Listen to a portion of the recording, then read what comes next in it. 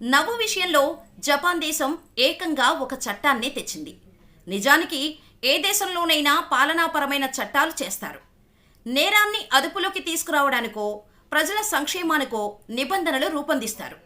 జపాన్లో మాత్రం ప్రతిరోజు అందరూ నవ్వాలని చట్టం చేసింది. యమగట ప్రిఫెక్చర్ స్థానిక ప్రభుత్వం ప్రతిరోజు అందరూ నవ్వాలంటూ చట్టం తీసుకొచ్చింది. శారీరక మానసిక ఆరోగ్యాన్ని పెంపొందించడంలో భాగంగానే ఈ నిర్ణయం తీసుకున్నట్టు వెల్లడించింది.